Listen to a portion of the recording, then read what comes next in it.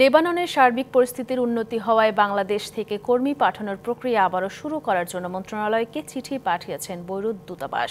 Lebanon প্রতিনিধি মশিউর রহমান টিটু জানান, গত বছর ১৩ই আগস্ট প্রবাসী কল্যাণ ও বৈদেশিক কর্মসংস্থান মন্ত্রণালয় থেকে এক বিজ্ঞপ্তিতে অবনতিশীল নিরাপত্তা পরিস্থিতির উন্নতি না হওয়া পর্যন্ত লেবাননে বাংলাদেশি কর্মীদের না যাওয়ার জন্য নির্দেশনা দেওয়া হয়।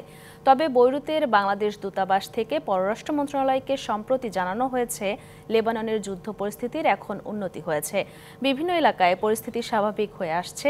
সেই পরিপ্রেক্ষিতে বাংলাদেশ থেকে কর্মী পাঠানো যেতে পারে। বৈরুতের এ প্রস্তাবের বিষয়ে এখনও চূড়ান্ত সিদ্ধান্ত হয়নি।